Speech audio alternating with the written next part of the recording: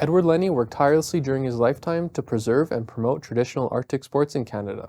Born in 1934 near Inuvialuit, Inuvialuit settlement region, Edward was forced to attend a residential school in Aklavik when he was 8 years old. Returning to live on the land with his family after 3 years, he began learning traditional skills through centuries-old athletic games that tested his strength, agility, and endurance, inherited from generations of Inuit and Inuvialuit who had survived as hunters in the Arctic. By the time Edward reached adulthood, he feared many of the traditional sports that had shaped his character as a young man were being forgotten. Hoping to preserve Arctic sports for future generations, he began teaching young people and hosting competitions at his home in Inuvik in the early 1960s.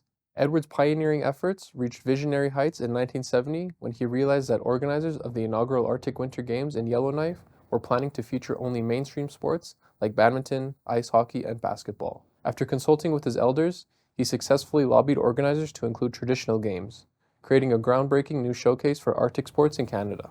Events included the kneel jump, 2-foot high kick, and arm pull, and Edward ensured that other traditional games like the blanket toss were staged accurately as demonstration sports. To this day, the Arctic Winter Games are truly an international and cross-cultural event. Events are open to competitors from circumpolar regions of the world located north of the 55th parallel. The many cultures represented at the AWG can be seen in the ceremonies, dances, and music that are part of the experience. In 2007, the Canada Winter Games in Whitehorse began to include traditional Arctic sports as demonstration events. Many of these events were then showcased for international audiences in demonstrations during the 2010 Olympic Winter Games in Vancouver. Edward Lennie passed away in 2020 at the age of 86, leaving behind a living legacy that continues to grow and inspire new generations of athletes across the North.